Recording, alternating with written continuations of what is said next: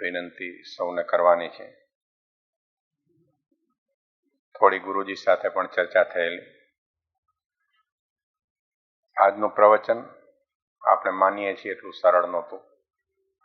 દ્રવ્યાનુયોગ અને કર્મગ્રંથ આ બંને શાસ્ત્ર વિતરાગ ધર્મના મૂળભૂત કઠિનમાં કઠિન ગ્રંથો છે અને આ બંને ગ્રંથનો નિચોડ પરમ કૃપાળુ દેવ દ્વારા આ એક જ ગાથામાં આપવામાં આવેલ તેનું જેટલું શક્ય વિવેચન થઈ શકે એટલું વિવેચન સવારે થયેલું છે અને એટલા માટે જ શરૂઆત થઈ ત્યારથી ગુરુજીએ આવી રીતે શરૂઆત કરેલી કે સત્શાસ્ત્ર આત્મસિદ્ધિ સ્વરૂપે પરમ કૃપાળુ દેવના માધ્યમથી પ્રગટ થયું છે. ગાથા 98 બને તેટલા શાંત, ધીર, ગંભીર, એકાગ્ર બની વિક્ષેપ વગર ચંચળતા દૂર કરી અને હૃદયના ઊંડાણમાં જઈને સમજવાની છે.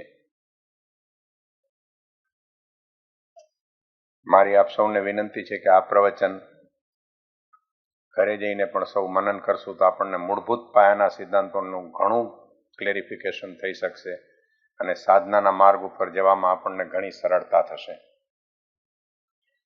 આ ગાથામાં જ્ઞાનીએ મોક્ષ માર્ગ સંપૂર્ણ રીતે જેમ છે તેમ બતાવી આપેલ છે. ગાથા 99 થી ગાથા 98નો વિસ્તાર થશે. અર્થાત ગાથા 98 આત્મસિદ્ધિ શાસ્ત્રનું મૂળ છે. આ ગાથામાં 2 શબ્દો આવે છે, કર્મભાવ અને મોક્ષભાવ. કર્મભાવ એટલે કર્મભાવની ધારા, અર્થાત બીજા શબ્દમાં સંસાર. મોક્ષભાવ એટલે મોક્ષભાવની ધારા, અર્થાત નિર્વાણ. જો આપણને મોક્ષ જોઈતો હશે તો આપણે ધારાને સમજવી પડશે. અહીં ભાવ તે વિશેષ શબ્દ છે, અર્થાત આપણે જ્યારે કર્મભાવ કે મોક્ષભાવ કહીએ છીએ ત્યારે ભાવ એક વિશેષ શબ્દ છે. જે ભાવથી સંસાર બંધન થાય તે ભાવ કર્મભાવ અથવા તો કર્મધારા. જે ભાવથી મોક્ષ થાય તે ભાવ મોક્ષભાવ અથવા તો મોક્ષની ધારા. જ્યાં ભાવ હોય ત્યાં આનુષાંગિક ક્રિયા હોય જ. ઉદાહરણ તરીકે આપણને કહે છે કે એક સ્ત્રી માતા બને છે અને બીજી સ્ત્રી થિયોરિટિકલ ચાઇલ્ડ સાયકોલોજીનું ભણે છે અને તેમાં માસ્ટર્સ બને છે. પણ જે માતા બને છે તે પ્રેમથી બાળકને થિયરી ન ભણવા છતાં પણ સાર સંભાળ કરી શકે છે. આ એક આનુષાંગિક ક્રિયા છે. એવી રીતે જે પ્રકારે આપણામાં ભાવ હોય તેની આનુષાંગિક ક્રિયા આપણામાં બને છે. આગળ કહે છે, ફરીવાર કહેવાની રજા લઉં છું નમ્રપણે, ખૂબ કઠિન સંક્ષિપ્ત નોંધ છે અને આને આપણે ખરેખર ઊંડાણથી સમજવી અતિ અનિવાર્ય છે. કર્મભાવનું બીજું નામ અજ્ઞાન. સમગ્ર સંસારનું મૂળ અજ્ઞાન. પછી આપણને ખૂબ જ સુંદર ઉદાહરણ આપે છે કે એક મોટો યજ્ઞ ચાલે છે, યજમાન યજ્ઞમાં વ્યસ્ત છે, કર્મકાંડ ચાલે છે. ત્યાં દરવાજે 2 મુનિઓ ઉદ્ઘોષણા કરે છે કે કેટલું બધું કષ્ટ કરે છે પણ મૂળ તત્વને જાણતા નથી. આવું સાંભળી યજ્ઞ કરાવનાર મુનિ મહારાજ પાસે આવી અને પૂછે છે કે મૂળ તત્વ શું છે. પૂછ્યા પછી તેને સમજે છે અને પછી સમજ્યા પછી યજ્ઞમાં જતા નથી પણ યજ્ઞ મૂકીને મુનિની પાછળ જ ચાલતા નીકળી પડે છે. તે વ્યક્તિનું નામ તે સ્વયંભૂ સૂરી.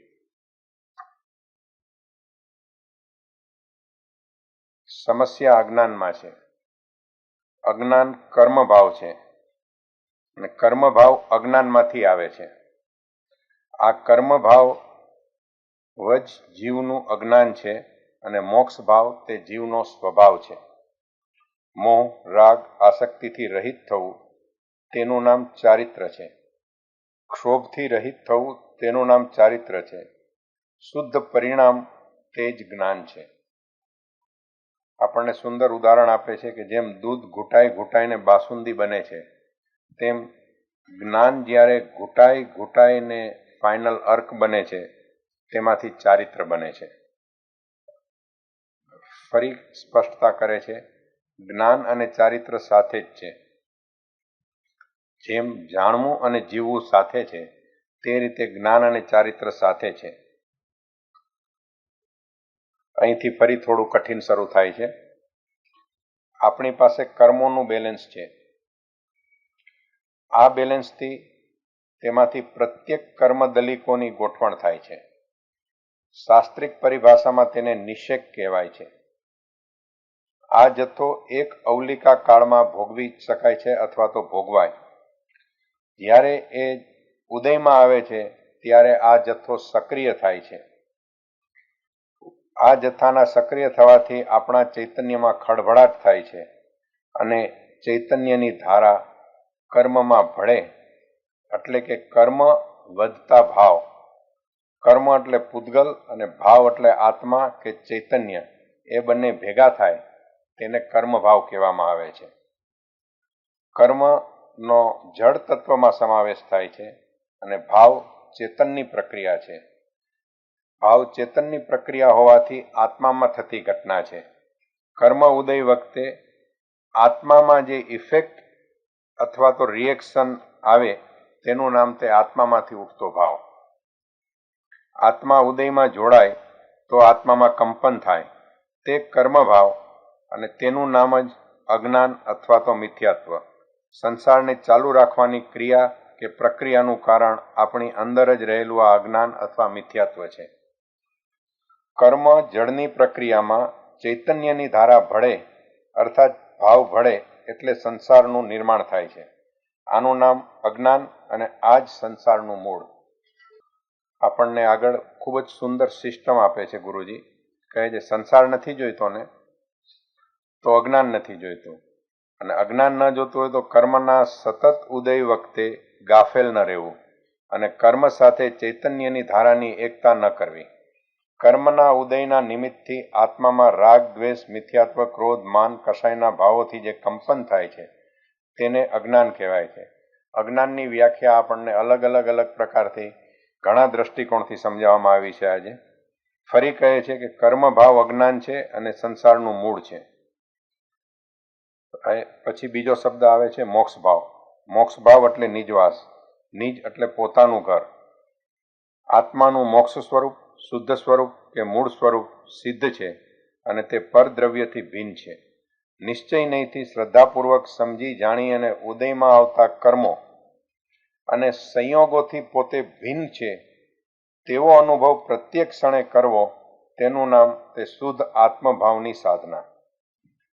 ફરી આને વધારે સરળ કરીને આપણને સમજાવે છે કે ઉદયમાં આવતા કર્મો, તેનાથી જે સંયોગો ઊભા થાય તેની સાથે તે કર્મનું જોડાણ થાય તેનું નામ તે કર્મભાવ, અને જોડાણ ન થાય તો આત્મભાવ અથવા તો શુદ્ધ ભાવ અથવા મોક્ષ ભાવ. ફરી આપણને કહે છે તો જ્ઞાનનું કામ શું?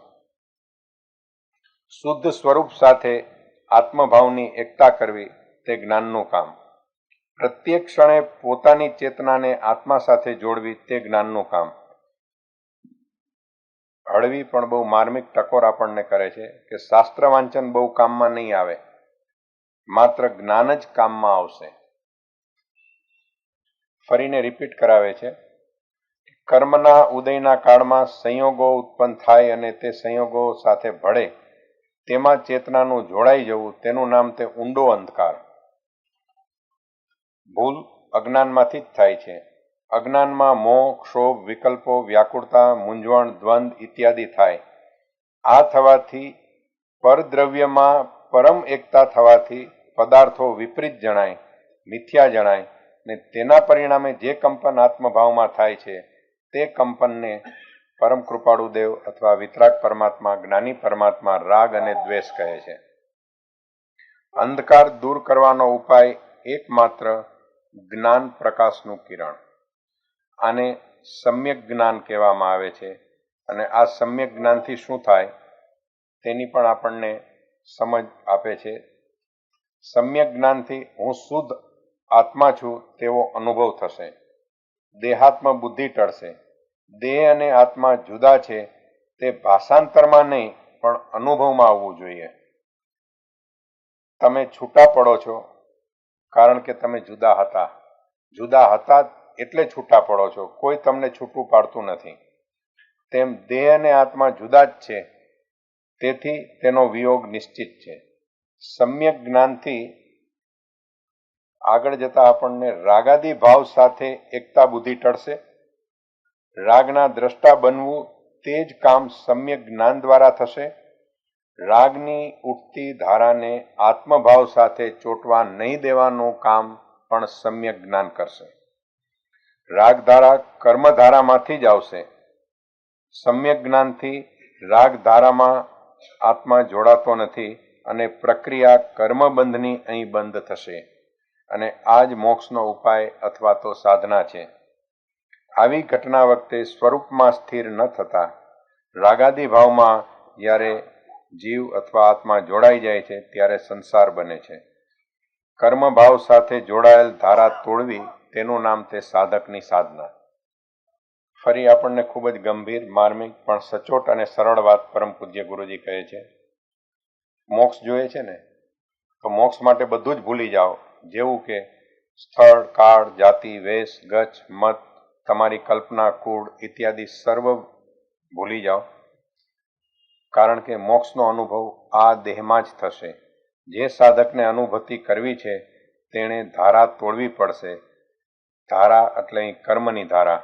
અને જે સાધકને અનુભૂતિ કરવી છે તેણે ધારા જોડવી પડશે, અર્થાત આત્મધારાને જોડવી પડશે.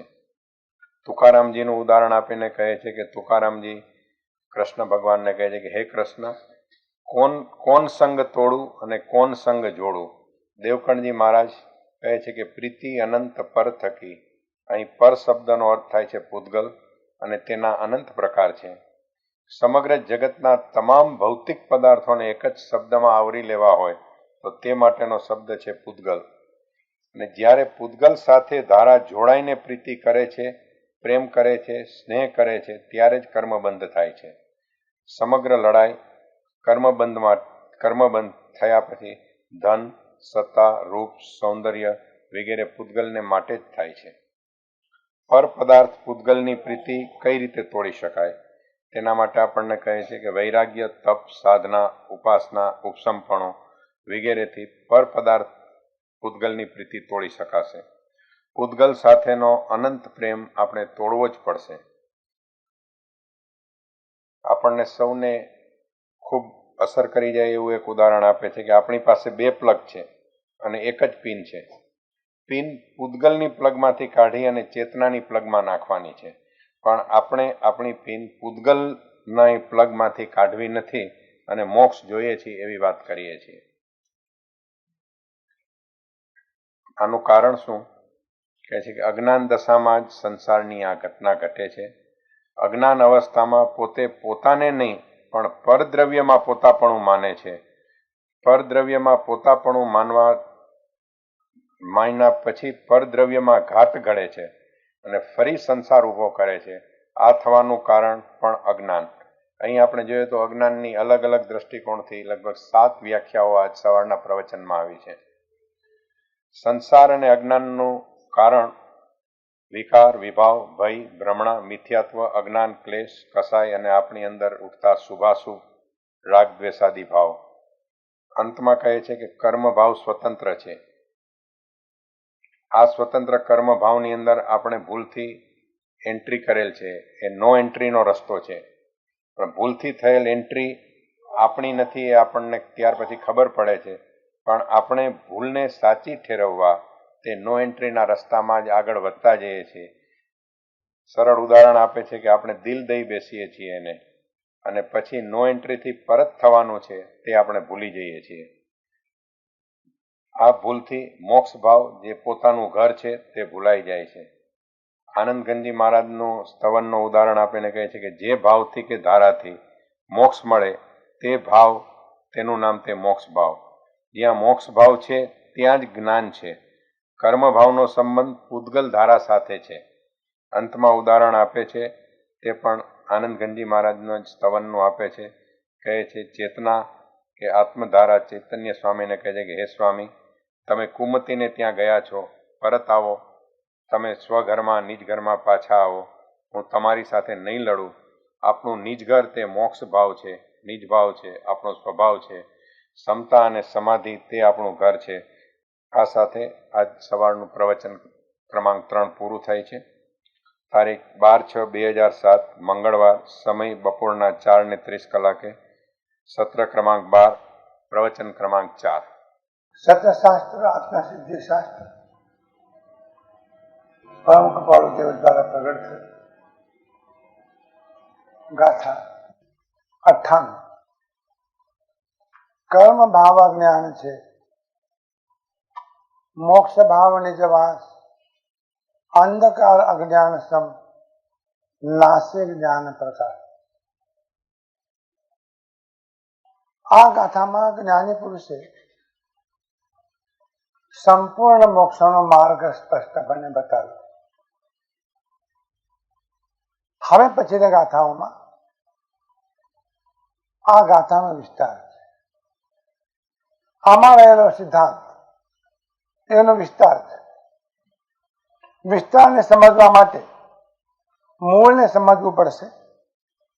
અને એટલા જ માટે બે પ્રકારના ભાવો, કર્મ ભાવ જેનું બીજું નામ અજ્ઞાન, મોક્ષ ભાવ જેનું બીજું નામ જ્ઞાન, એ બંને ભાવોને પરમ કૃપાળુ દેવે એક વચનામૃતમાં સ્પષ્ટ કરે. ક્રમાંક 537, વર્ષ 28, પાન નંબર 435, મુંબઈ, કાર્તિક સુદ 7 શનિવાર 1951. પેરેગ્રાફ ચોથો અને પેરેગ્રાફ ખમ્માતના મુમુક્ષુઓ છે. પરસ્પર સાથે બેસીને તત્વચિંતન કરે છે, અભ્યાસ કરે છે, અધ્યયન કરે છે. અને મુમુક્ષુઓને અંદરમાં ઘણી મૂંઝવણો થાય છે. અને મૂંઝવણોમાં કૃષ્ણદાસને સૌથી વધારે મૂંઝવણ થઈ છે. એ કૃષ્ણદાસને લક્ષ્યમાં રાખીને પરમ કૃપાળુ દેવે થોડાક શબ્દો એમના માટે કહે. પહેલી વાત તો એ કરી કે કૃષ્ણદાસને ચિત્તને વ્યગ્રતા જોઈને તમારા સૌના મનમાં ખેદ રહે છે. એ બનવું સ્વાભાવિક છે. કારણ કે મુમુક્ષુઓ છો, સાધનિકો છો, સાથે સાધના કરો છો. એમાંથી એકાદ મુમુક્ષુને જો પીડા થતી હોય, અસ્વસ્થ રહેતો હોય, તો સાથેના મિત્રોને અથવા સાધકોને પીડા થાય એ નિશ્ચિત વાત છે. પણ કૃષ્ણદાસે ચિત્તમાંથી વિક્ષેપની નિવૃત્તિ કરવા યોગ્ય છે. અમે કૃષ્ણદાસને કહીએ છીએ કે કોઈ પણ હિસાબે ચિત્તમાંથી વિક્ષેપની નિવૃત્તિ કરવી યોગ્ય છે, અનિવાર્ય છે. કારણ કે સમગ્ર સાધનામાં સૌથી મહત્વનું સાધન એ મન છે. અને મન વિક્ષિપ્ત નહીં હોય તો સાધના થશે. તમામ યોગની સાધનાઓ અને તમામ ધ્યાનની સાધનાઓ મનની વિક્ષિપ્તતા દૂર કરવાના માટે. વિક્ષેપનો અર્થ અંતરાય. કોઈ પણ કામ ચાલુ કર્યું હોય, લગ્ન પ્રસંગ હોય ઘરે, અને કોઈ નજીકનો સગો આડો ફાટે તો આપણે એમ કહીએ છીએ વિક્ષેપ આવે. વિક્ષેપ એ મુશ્કેલી થઈ. એ વિક્ષેપ એટલે વિઘ્ન, વિક્ષેપ એટલે અંતરાય, વિક્ષેપ મનનું ડોળાઈ જવું, વિક્ષેપ મનનું વ્યગ્ર થવું, વિક્ષેપ મનનું આડું અવળું થવું, વિક્ષેપ જ્યાં મનને જોડવું છે ત્યાં ન જોડાવવું, વિક્ષેપ એટલે મનને જ્યાં ચોંટાડવું છે ત્યાં ન ચોંટવું. મનડું કિમય ન બાજે, કુંથુજીના મનડું કિમય ન બાજે. આનંદગંજી જવાને કેટલી પીડા થઈ હશે. અને કુંથુનાથ ભગવાનના ચરણોમાં એમને નિવેદન કર્યું, પ્રભુ મનડું કિમય ન બાજે. હું મારા મનને તમારી સાથે જોડવા માટે પ્રયત્ન કરું છું, પણ બાજતું નથી, જોડતું નથી, મન ત્યાં લાગતું નથી. એ મારી મુશ્કેલી છે. એવી જ અવસ્થા એને કહેવાય છે વિક્ષિપ્તતા. ચિત્તના 5 પ્રકારો છે: ક્ષિપ્ત, મૂળ, વિક્ષિપ્ત, એકાગ્ર અને નિવૃત્ત. એમાં એક અવસ્થા છે ચિત્તની વિક્ષિપ્તતા. ચિત્તનું ઢોળાઈ, પાણી પીવા લાયક છે પણ ઢોળાઈ ગયું. ચિત્ત ધ્યાન કરશે, સાધના કરશે પણ ઢોળાઈ ગયેલું છે. અને જ્યારે ચિત્ત ઢોળાઈ જાય છે એના માઠા પરિણામો જીવનમાં આવે છે. તો કૃષ્ણદાસને ચિત્તમાંથી વિક્ષેપની નિવૃત્તિ કરવા યોગ્ય છે. કેમ કે મૂળ વાતનો પ્રારંભ, કેમ કે મુમુક્ષુ જીવને એટલે વિચારવાન જીવ, मुमुक्षु को आता विचारवान, मुमुक्षु को आता विचारवान को एवा जीवने आ संसार ने विषे अज्ञान सिवाय बीजो कोई भय होय नहीं. मुमुक्षुने भय होय, એને મૃત્યુનો ભય નથી, એને અપયશનો ભય નથી, એનો રોગનો ભય નથી, ધન ઓછું થાય એનો ભય નથી, સ્વજનો સાથે નહીં રહે એનો ભય નથી, આવતીકાલે શું ખાવું એનો ભય નથી, ઊંઘ આવતી નથી એની પણ ચિંતા એને નથી, સંસારના પ્રસંગો જુદા જુદા આવે છે એને ભય નથી. એને એક જ ભય, અને માત્ર અજ્ઞાનનો ભય. સમજી લેજો, અજ્ઞાનનું સામ્રાજ્ય કેટલું વિશાળ છે, અજ્ઞાનની સત્તા કેટલી વિશાળ છે, અને એની ઓફિસ નથી, એનો સ્ટાફ નથી, એનો મેન્ટેનન્સ નથી, એની વ્યવસ્થા નથી, પણ 14 રાજલોકમાં અનંત પ્રાણીઓ પર એનું સામ્રાજ્ય છે. મેનેજમેન્ટ લેવલે આ શીખવા જેવું છે, મેનેજમેન્ટના કોર્સમાં, કે આખા જગતના અનંત જીવો ઉપર એવી કઈ એરેન્જમેન્ટ હશે, એવી કઈ વ્યવસ્થા હશે કે આખા જગતના જીવો ઉપર એનું સામ્રાજ્ય ચાલે છે, સત્તા ચાલે છે. તો તમને દેખાય છે કોઈ એનું વ્યવસ્થા કરનાર, વહીવટ કરનાર, મેનેજમેન્ટ કરનાર કોઈ તમને દેખાય છે? કોઈ દેખાતો નથી, પણ છે. એટલી અજ્ઞાનની સત્તા છે.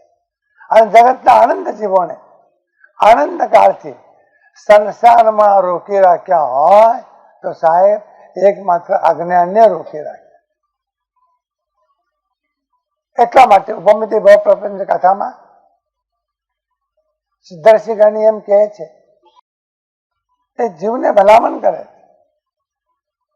કે તું મંદિરમાં જજે, છૂટ છે, ભગવાનની પૂજા કરજે, આનંદ થશે, તીર્થયાત્રા કરજે, મંત્ર જપ કરજે, શાસ્ત્રોનું વાંચન કરજે, આ બધું જ કરજે, પણ જીવંત જ્ઞાની પુરુષ પાસે તું જઈશ નહીં. સમજાયું? ત્યાં મારું મોત છે, ત્યાં મારું મોત છે, મને કોઈનો ભય નથી. તમે શિખર જાઓ, મજા આવશે, હરવું ફરવું, ખાવું પીવું, ભગવાન દર્શન ભેગા થશે, જઈ શકે. પહેલા તો મેન્યુ નક્કી થાય કે સમય શિખર અને શત્રુંજયગીરી જવું છે, 8 દિવસ, 8 દિવસ, સવારનો નાસ્તો શું, બપોરનો નાસ્તો શું, 3 વાગે શું, સાંજના શું, અને રાતના પણ કંઈક છાનું માનું ગુપચુપ ખબર ના પડે એમ યાત્રા કરવા ગયા છીએ, તીર્થની યાત્રા કરવા ગયા છીએ, કે જ્યાં જ્યાં કઈ વાંધો નહીં, જઈ શકે. વર્તપ કરજે, ઉપવાસ કરજે, માળા ગંજે, બહુ આનંદ થશે. પણ જીવંત જ્ઞાની પુરુષની પાસે તો જઈશ નહીં, ત્યાં મારું મોત છે. એટલા માટે એમ કહ્યું કે અજ્ઞાન સિવાય બીજો કોઈ ભય વિચારવાન પુરુષને હોય નહીં. આમ તો નિર્ભય છે, ભય રાખવા જેવો છે જ નહીં. આનંદ ગંજે પણ કહ્યું કે अब हम अमर भय न मरेंगे, या कारण मिथ्यात्म दियो तज क्यों कर देह धरेंगे. સૌથી મોટો ભય એ મૃત્યુનો ભય છે. એવો મૃત્યુનો ભય જેનો છૂટી ગયો છે, એને ભય કોનો? તો કંઈક આજ્ઞા. એટલો મને ભય છે કે સંસારમાં જકડી રાખનાર સૌથી મોટું પરિબળ એ આજ્ઞા છે. એક વાત, એક અજ્ઞાનની નિવૃત્તિ ઈચ્છવી, એ રૂપ જે ઈચ્છા, તે સિવાય વિચારવાન જીવને બીજી ઈચ્છા હોય નહીં. એ સમજાયું?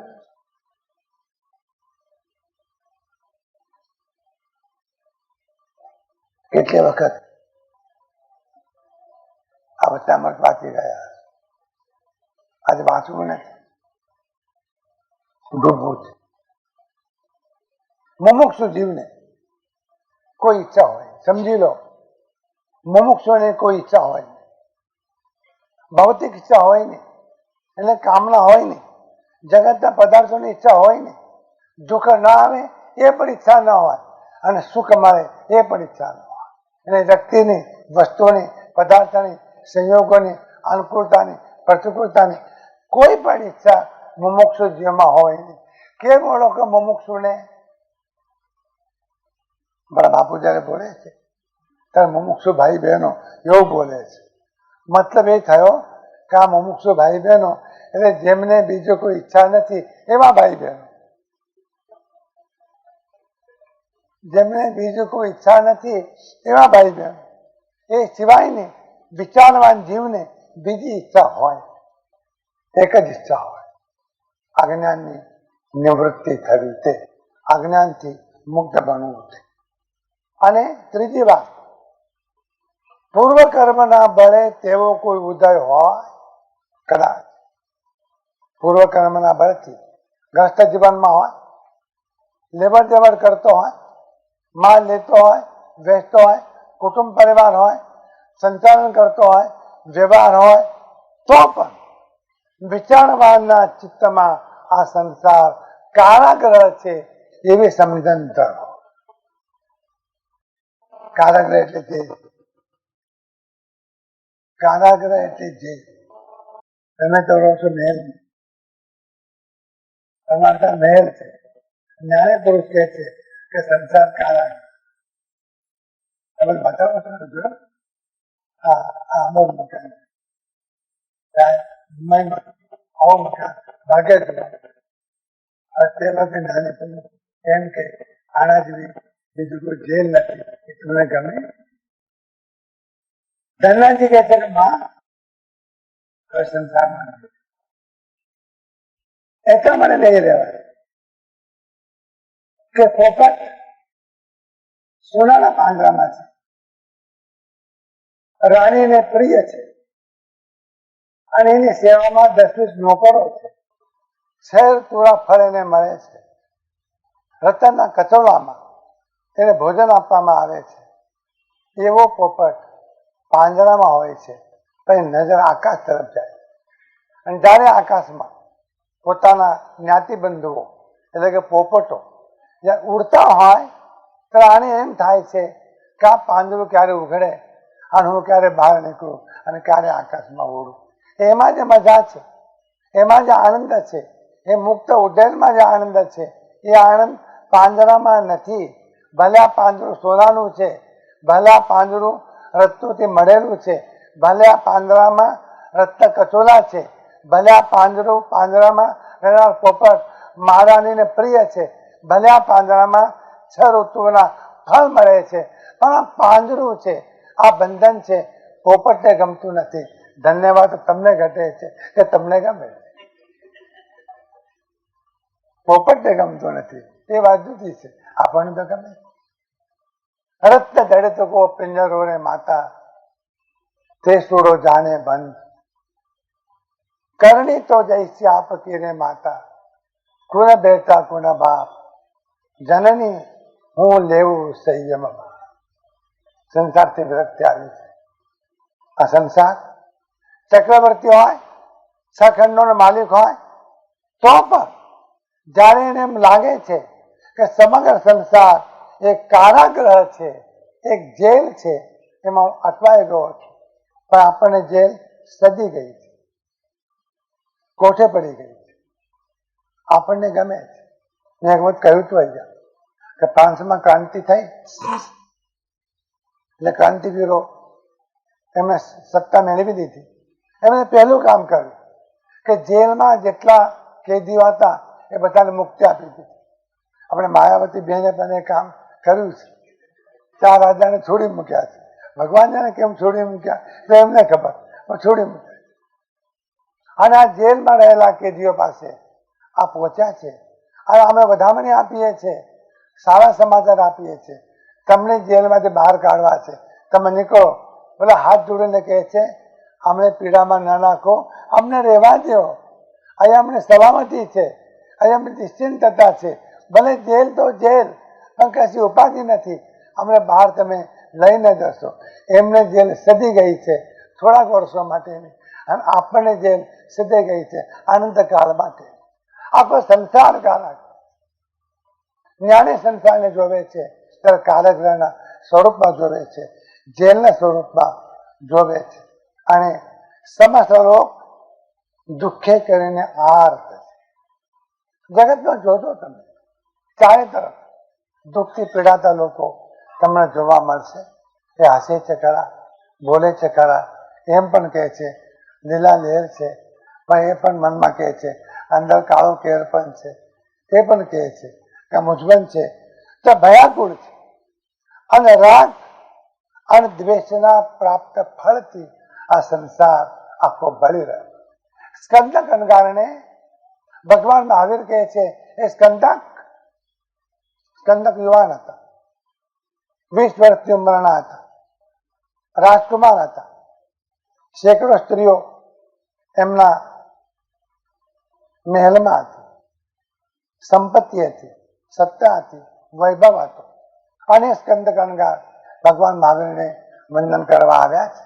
ત્યારે ભગવાન મહાવીર સ્કંદક અનગારને 2 શબ્દો કહે છે.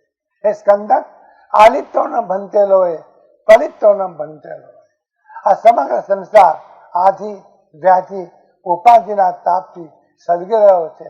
જન્મ જરા મરણથી સળગી રહ્યો છે. રાગ અને દ્વેષના જે ફળ છે એવા ફળથી આખો સંસાર વિષાક્ત થઈ રહ્યો છે. એવો નિર્ણય, એવો વિચાર નિશ્ચય રૂપે જેને વર્તે છે એને અમે મુમુક્ષુ કહીએ છીએ. આ વિચારવાન જીવની વ્યાખ્યા થઈ. અને એવા જીવને, એવા મુમુક્ષુ જીવને એક જ ભય છે, અને તે માત્ર અજ્ઞાનનો ભય છે. અને એને જ્ઞાન પ્રાપ્તિમાં જે કંઈ અંતરાય છે એના સિવાય બીજા કશાનો ભય એને લાગતો નથી. અને એ માટે એમ લાગે છે કે સાધક જાગૃત બને, અને જાગૃત બનીને પોતાના જીવનમાં અજ્ઞાન દૂર થાય એ માટે પુરુષાર્થનો પ્રારંભ કરે. તો પ્રારંભ નહીં કર્યો હોય, એને સાંભળ્યું નહીં હોય, એને જાણ્યું નહીં હોય, જ્ઞાની પાસે ગયો નહીં હોય, એના ચરણે બેઠો નહીં હોય, એને શ્રવણ કર્યું નહીં હોય, શ્રવણ કરવાની બાબતમાં તો આપણો જોતો જડે એવો નથી, નહીં જડે. શ્રવણ કરીએ છીએ, વારંવાર શ્રવણ કરીએ છીએ. એટલા માટે પરમ કૃપાળુ દેવે એમ કહ્યું કે તીર્થંકરોએ ફરી ફરી જીવોને ઉપદેશ કર્યો. તીર્થંકરો આનંદ થયા, કાળ આનંદ, તીર્થંકરો આનંદ. અને આપણે પણ કન્ટિન્યુ સતત તીર્થંકરો પાસે ગયા, એમનો ઉપદેશ સાંભળ્યો. પણ આ જીવ દિશા મૂળ રહેવા ઈચ્છે. આ જીવનો વાત એ દિશાથી મૂળ રહેવા ઈચ્છે. મૂળ એટલે સમજણ વગર, એની દિશા સમજવી જ નથી. અને ઈચ્છે છે તો ઉપાય પ્રવર્તી શકે નહીં. જો તમે જાતે દિશામૂળ રહેવા ઈચ્છો અને તમારા મનમાં ઈચ્છા જ ન હોય કે આ પ્રમાણે જ કરવું છે, તો પછી તીર્થંકરોનો ઉપાય પણ ત્યાં ચાલી શકતો નથી. અમારી વાત તો જવા દો, એ બહુ મહત્વની વાત નથી, પણ તીર્થંકર જેવાઓનો ઉપાય પ્રવર્તી શકતો નથી. ફરી ફરી ઠોકી ઠોકીને કહું, શબ્દ સમજો, ફરી ફરી અને ઠોકી ઠોકીને કહેવું છે કે એક આ જીવ સમજે તો સહજ મોક્ષ છે. મોક્ષ દુર્લભ છે એ વાત નીકળી ગઈ, મોક્ષ કઠિન છે એ વાત નીકળી ગઈ.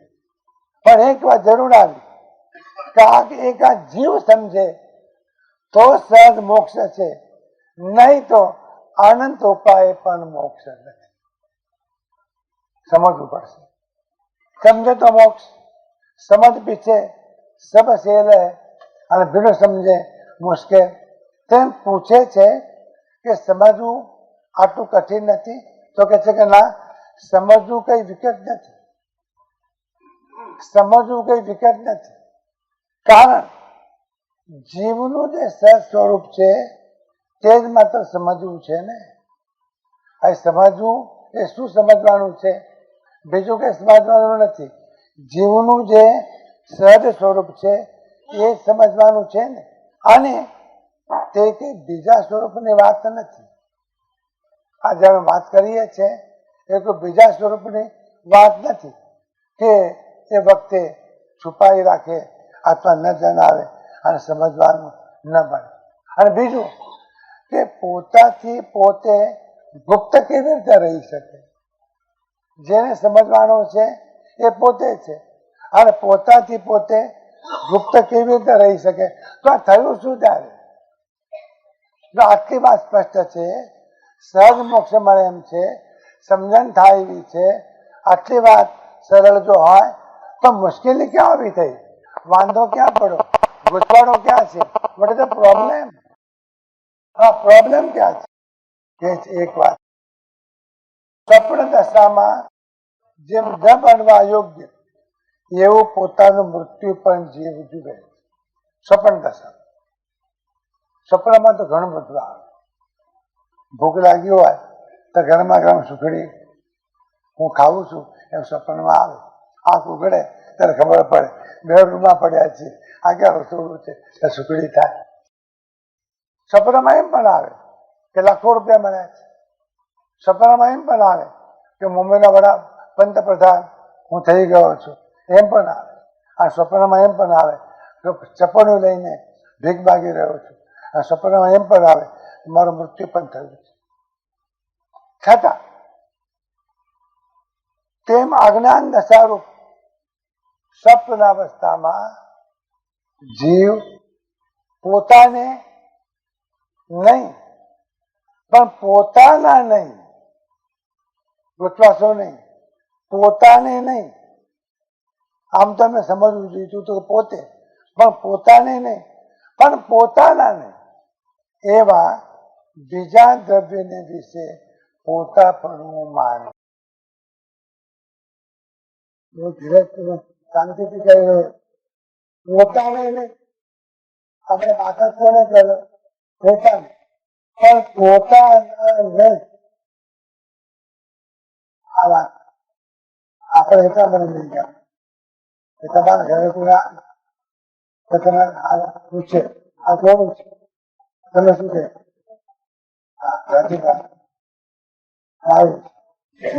પોતા. આ કોઈ એમ કે તારું નથી, તારું આપણું છે, તારું નથી, બરાબર મહેનત કરી. એવા બીજા દ્રવ્યને વિશે સ્વપને માને. પોતાને નથી માનતો, પણ પોતાના નથી એવા બીજા દ્રવ્યને વિશે સ્વપને પોતાપણું માને છે. અને આ પ્રકારની માન્યતા એનું જ નામ સંસાર. શ્વાસ ચડી જાય એ વાત છે. સંસાર બીજું કોઈ પણ નથી. આવી જે માન્યતા, અને એ માન્યતાને ધર કરનાર પરિબળ એને કહેવાય છે અજ્ઞાન. ફેર આવી જે માન્યતા એનું નામ સંસાર, અને એ જ અજ્ઞાન. સ્પષ્ટ થયું? અજ્ઞાન કોને કહેવાય? અભણ અને મૂર્ખ એ અજ્ઞાનમાં નથી આવતો. એ તો અભણ છે, નિરક્ષર છે, નથી જાણતો, એ અજ્ઞાનમાં નથી આવતો. પણ પોતાને નહીં, પણ પોતાના નહીં એવા બીજા દ્રવ્યને વિશે પોતાપણું માને એ જે માન્યતા એનું જ નામ સંસાર અને એ જ અજ્ઞાન. અને આવું અજ્ઞાન નરક આદિ ગતિનો હેતુ છે. તે જ જન્મ છે કૃષ્ણદાસ, તે જ જન્મ છે, તે જ મરણ છે, તે જ દેહ છે અને એ જ દેહનો વિકાર, તે જ પુત્ર છે, તે જ પિતા છે, તે જ શત્રુ છે અને તે જ મિત્રાદિ ભાવની કલ્પનાનો હેતુ છે. આ થયો સંસાર.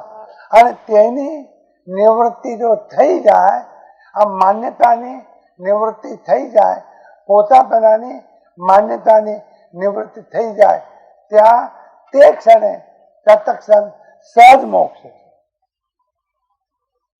આ તત્ક્ષણ કહે છે. તમે તો એમ કહો છો આ પાંચમો આરો છે ને, આને કહે છે ભલે રહ્યો, ભલે રહ્યો. તો આટલું તો કા પોતાપણું જે માનીને બેઠો છે બીજામાં, એટલું તો છોડ. અને છોડવા જેવું શું છે? બીજામાં જે પોતાનું પોતાપણું માન્યું છે અને એટલા માટે એના નિવૃત્તિના અર્થે, પોતાપણાની નિવૃત્તિના અર્થે કંટાળશો નહીં, કંટાળો આવે એવું છે. પોતાના નહીં એવા પરદ્રવ્યને પોતાના માનીને બેઠો છે. એ માન્યતા એ જ સંસાર છે અને એ જ અજ્ઞાન છે. એની નિવૃત્તિ થાય ત્યાં સહજ મોક્ષ છે. અને ત્રીજી વાત, એ નિવૃત્તિના અર્થે એ જે માન્યતા છે પોતાપણાની, એ નિવૃત્તિના અર્થે આ સત્સંગ અને સત્પુરુષ આદિ સાધનો કયા છે. સત્સંગ પણ એટલા માટે અને સત્પુરુષ પણ એટલા માટે, અને તે સાધન પર જીવ જો પોતાના પુરુષાર્થને ગોપ્યા સિવાય પ્રવર્તાવે તો સિદ્ધ થઈ શકે છે. અને સાધનો પોતે વાપરે તો સિદ્ધ થઈ શકે એમ છે. છેલ્લી નીચેમાં પરમ જેને સ્પષ્ટ કહ્યું કે આટલો જ સંક્ષેપ, આખી ટૂંકી વાત, ઘી ગોળના બે દક્ષ, આટલી ટૂંકી વાત, સંક્ષિપ્ત વાત, શોર્ટ એન્ડ વેરી સ્વીટ, એવી આ વાત જો જીવમાં પરિણામ પામ, આ બધું કરવા છતાં એને કઈ પણ કર્યું નથી અને ગોળ ગોળ મોટું મીંડું કર્યું છે, એ વાતમાં પણ શંકા નથી. છેલ્લી વાત આના સંદર્ભમાં, સર્વ જીવ આત્માપણે સમસ્વભાવી છે. દર્શન છે જગતના બધા જીવો વિષમ ભાવ તો કર્મના કારણે, વિષમ ભાવ બાહ્ય ઉપાધિના કારણે. પણ જો નિશ્ચયની અપેક્ષાએ જોઈએ, પોઝિટિવ અપેક્ષાએ જોઈએ તો જગતના બધા જીવો સમસ્વભાવી છે. પણ બીજા પદાર્થમાં જીવ જો પોતાપણાને બુદ્ધિ કરે તો પરિભ્રમણ પામ્યા સિવાય હવે આ ફેરવા ઘૂટી રહ્યા છે. એની વાત ચોથી વખત ઘૂટી રહ્યા છે. અને નિજને વિશે નિજ બુદ્ધિ થાય અને પર વિશેની પોતાપણાની બુદ્ધિ કરી જાય. પૂછો છો ને ઘણી વખત અમારે કરવું શું, આ કરવું શું, આ કરવું, તરત હાથ દોડશો, સાહેબ આ નહીં થાય, પૂછી શું કરો, કરવું જ નથી પૂછી શું કરો. આજે કરો કે કાલે કરો, આ જન્મમાં કરો કે આવતા જન્મમાં કરો, પેન્ડિંગ રાખો અને 50 જન્મમાં કરો, પણ કરવું તો આપણે છે. નિજ વિશે નિજ બુદ્ધિ થાય, પોતા વિશે પોતાની બુદ્ધિ થાય અને પોતાના ન હોવા છતાં પણ પદાર્થો પોતાના માન્યા છે એ પરબુદ્ધિ ચડી જાય તો પરિભ્રમણ દશા ટળે, એમાં લેખ માત્ર શંકા નથી. જેના ચિત્તમાં એવો માર્ગ વિચારવો અવશ્યનો થયો છે તેને તેના આત્મામાં જ્ઞાન પ્રકાશ પામ્યું છે. કહું ને જ્ઞાન કોને કહેવાય? કર્મ ભાવ અજ્ઞાન છે અને મોક્ષ ભાવ નિજવાસ, અને એ અજ્ઞાન અંધકાર જેવું છે. જ્ઞાન થાય તો અજ્ઞાન ચાલી જાય. આ જ્ઞાન શું? તો આત્મામાં આ પ્રકાશ થાય. અને એમ કહેવું છે કે આવો પ્રકાશ જેના આત્મામાં થયો હોય, આવી અવસ્થા જેને પ્રગટ થયું હોય તેની સાધન. કેવી રીતે જ્ઞાન મેળવવું, જ્ઞાન કેવી રીતે પ્રાપ્ત થાય થઈ ગઈ છે. એવી ઘટના જેના અંતરમાં ઘટી છે એનામાં જ્ઞાન પ્રકાશ પામ્યું એમ કહેવાય. આવું જ્ઞાન જેનામાં પ્રકાશ પામ્યું હોય એવી જે વ્યક્તિ તેને દાસાનો દાસ બને અનન્ય ભક્તિ કરવી એ પરમ શ્રેય છે, એ જ પરમ કલ્યાણ છે. આવી વ્યક્તિ પ્રાપ્ત થાય છે. આવી વ્યક્તિ જગતમાં છે. તમારું કનેક્શન થાય કે ન થાય, રોંગ નંબર ટેલિફોનનો લાગે એમાં કોઈ શું કરે? તમે ટેલિફોન કરતા નહીં આવડતો હોય અને રોંગ નંબર લાગે છે, સામો પણ એમ કહે છે સાહેબ ટેલિફોન મૂકી દો, રોંગ નંબર. એમ રોંગ નંબર લાગે તો જેના આત્મામાં આવો પ્રકાશ થયો છે એવા પુરુષજી દાસાનો દાસ બને અનન્ય ભક્તિ કરે. દાસ બને નહીં પણ દાસાનો દાસ બને. અમે દાસના પણ દાસ છીએ. સાહેબ શેઠના શેઠ છીએ એ કહેવું આપણને ગમે. મંદિરમાં જાય ને, દેરાસરમાં જાય અને બોલો ચોકીદાર ઉભો ન થાય તરત કે ઓળખે છે ટ્રસ્ટી શું, તો ઉભો ન થાય. અને પછી પૂજારીને કહે કળશ લઈ આવ, પૂજારી કળશ લાવે, અભિષેક કર એ અભિષેક કરે, વાટકી લઈ આવ તો વાટકી લઈ આવે, કેસર લઈ આવ કેસર લઈ આવે. ભગવાનની પૂજા કરે. શેઠ ઉભા છે because he is a trustee. કરે બધું પૂજારી અને ક્યારે પૂજા કરી ના આવે. હવે એને પૂજા કરી કે શું કર્યું તો એ જાણે. દાસાનો દાસ પરમ શ્રેય છે. એક ચેતવણી આપે, એક ચેતવણી.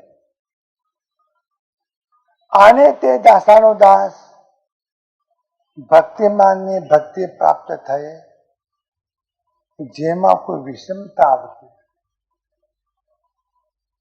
આત્માનો પ્રકાશ જેને પ્રાપ્ત થયો એવો જ્ઞાની પુરુષ પ્રાપ્ત થાય એને દાસાનો દાસ બને અનન્ય ભક્તિ કરવી. આવી દાસાનો દાસ બને અનન્ય ભક્તિ કરનાર દાસાનો દાસ ભક્તિમાન એને પ્રાપ્ત થાય અને એની ભક્તિ પ્રાપ્ત થાય તો પણ જેમના અંતરમાં વિષમતા અથવા અહંકાર આવતો નથી એવા જ્ઞાનીને ધન્ય છે. નહીં તો ગણે કે શિષ્યો કેટલા થયા આ પછી કોણ ભક્તિ વધારે કરે છે, કોણ ઓછી કરે છે. નંબર 1, નંબર 2, નંબર 3, નંબર 4 ચડ ઉતરના બધાના નમૂના બધા આ વિશેષ કરે છે, આવું શું કરે. અરે ભલા માણસ તો ઉપાધિમાં ક્યાં પડે. ભક્તિમાન ભક્તિ કરનાર પ્રાપ્ત થાય એ પ્રાપ્ત થવા છતાં જેનામાં વિષમતા આવતી નથી એવા જ્ઞાનીને ધન્ય. 3 વાતો કરી, ઉપાય પણ બતાવ્યો. એ ઉપાય કરવો હોય તો આવી ઘટના જેનામાં ઘટી છે એને દાસાનો દાસ બને ભક્તિ કરવી એ પણ બતાવ્યું. અને જેની ભક્તિ એ કરી રહ્યો છે શિષ્ય અને ભક્તિમાન પ્રાપ્ત થયા પછી જેની ભક્તિ એ કરે છે એના અંતરમાં જરા પણ વિષમ ભાવ ન થાય એ ચેતવણી પણ એ પુરુષને આપી, જ્ઞાની પુરુષને આપી કે તમારામાં વિષમતા ભાવ પ્રાપ્ત ન થાય એવા જ્ઞાનીને ધન્ય છે. અને પછી એમ કહ્યું કે આવી સર્વાંશ દશા જ્યાં સુધી પ્રગટી ન હોય, આવી દશા પ્રાપ્ત ન થઈ હોય ત્યાં સુધી આત્માને કોઈ ગુરુ પણ આરાધે કે તમે અમારા સદગુરુ છો એમ ગુરુ પણ આરાધે, ભક્તિ કરે, દાસાનદાસ ભાવથી અર્પણ થાય તો પરમ કૃપાળુદેવે કહ્યું કે પ્રથમ તે ગુરુપણું છોડી શિષ્ય વિશે પોતાનું દાસાનું દાસપણું કરવું ઘટે. સમજાણું?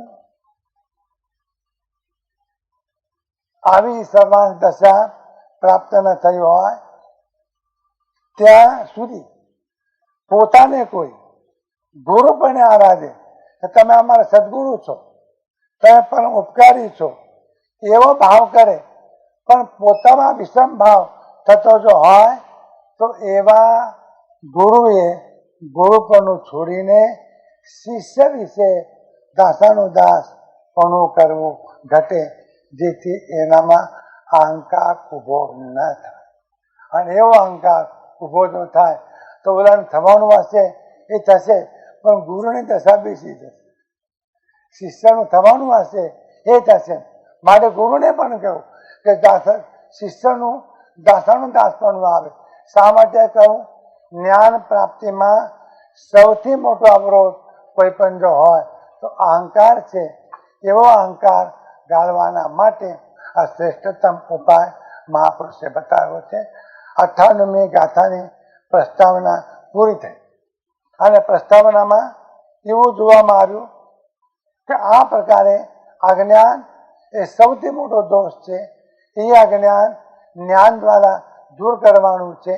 એ જ્ઞાન જેનામાં આવો પ્રકાશ પ્રાપ્ત થયો છે એના ચરણોમાં જવાથી દાસાન દાસ અને સેવા કરવાથી એ જ્ઞાન પ્રાપ્ત થાય.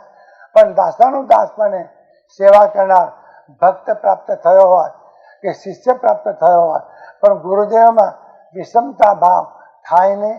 અને વિષમતા ભાવ જો થાય તો એ પોતે અટકી જાય. અને માટે એ અહંકાર ઓગાળવાના માટે, અહંકાર ગાળવાના માટે જે શિષ્ય છે એનું દાસાનું દાસ પણ પોતે એનો સ્વીકાર કરે. આવું કરવું ઘટે તો શિષ્યનો અજ્ઞાન પણ જાય, ગુરુનો અહંકાર પણ જાય. ગુરુનો અહંકાર ગયો અને શિષ્યનું અજ્ઞાન ગયું, એવી જ આ ઘટના ઘટે અને ગુરુ શિષ્યની સંધિ. આવી સંધિ જ્યાં થાય ત્યાં જીવન સાર્થક થાય. હવે 99મી ગાથાનો પ્રારંભ થાય. 99મી ગાથામાં પરમ કૃપાળુદેવ એમ કહેવાના છે કે તમે જાતે વિચારો કે શેનાથી બંધન થાય છે, શું શું કરવાથી બંધન થાય છે. તમે જો શોધી કાઢશો કે બંધન શેનાથી થાય છે. સૂર્યગણાંક સૂત્ર, બીજું અંક, પહેલા આચારાંક, પછી સૂર્યગણાંક. એ સૂર્યગણાંક સૂત્રમાં પ્રથમ અધ્યાયમાં અને પ્રથમ ગાથામાં ભગવાને ગાથા મૂકી છે. બુદ્ધિ જતી તિવૃત્તિ જા બંધનમ પરિજાણ્યા કિમઃ બંધનમ વીરો કિંવા જાણમ તિવૃત્તૈ. ભગવાને થોડાક શબ્દો કીધા. પહેલો શબ્દ બુદ્ધિ જતી, બોધ પામો, જાણો, બોધ પામો. અને બોધ પામીને તોડો. બે જ આજ્ઞા, બોધ પામો અને તોડો. ભગવાન આવે એમ પૂછો કે પ્રભુ આપ 40 વર્ષ બોલે, 40 વર્ષ, 42 વર્ષની ઉંમરે કેવળ જ્ઞાન થયું અને 75 વર્ષ આ દેહમાં રહ્યા, 30 વર્ષ, 32 વર્ષ આપે દેશના આપી. સવારે 1 વર્ષ અને સાંજના 1 વર્ષ, 30 વર્ષ આપ બોલ્યા. આપે કહું છું તો ભગવાન આવી કહે છે 2 શબ્દો, જાણો અને તોડો. બસ અમારી વાત પૂરી થઈ ગઈ. આટલું કે 30 વર્ષ લાગે. જાણો અને તોડો આ તમે એક ક્ષણમાં કહી દીધું, 1 મિનિટમાં કહી દીધું. આ 30 વર્ષ કહું તો શું જાણવું? ભગવાન કે શું જાણવું? બંધનમ પરિજાણ્યા, શેનાથી આત્મા બંધાય છે એ તમે જાણો. બંધનમ પરિજાણ્યા તો એમ પણ જાણો કિમાં બંધનમ વીરો. ભગવાન બંધન કોને કહે છે એ પણ જાણો અને કોને જાણવાથી બંધન તૂટે છે એ પણ જાણો. આ 4 શબ્દોમાં તમામ સાધના અત્યંત સંક્ષેપમાં પ્રાપ્ત થાય છે. 99ની ગાથામાં પરમ કૃપાળુદેવે આ સૂત્ર મૂક્યું છે કે કઈ કઈ રીતે આત્મા બંધાય છે. જો તમને ખબર પડી જાય કે આનાથી આત્મા બંધાય છે તો એ બંધન તોડો, એ મોક્ષનું. જેનાથી આત્મા બંધાય છે એને બરાબર જાણો, મોક્ષની વાત છોડો. કેમ બંધાય છે જાણો, અને જેનાથી બંધાય એ તમે છોડો એટલે મોક્ષ. સીધી વાત છે. જેનાથી બંધાય છે એ કારણ તમે જાણો અને એ કારણોનો છેદ મૂકો તો મોક્ષ પણ પ્રાપ્ત થાય. 99ની ગાથામાં પરમ કૃપાળુદેવ હવે અદ્ભુત વાતો પ્રારંભ કરવાના છે. ધન્યવાદ.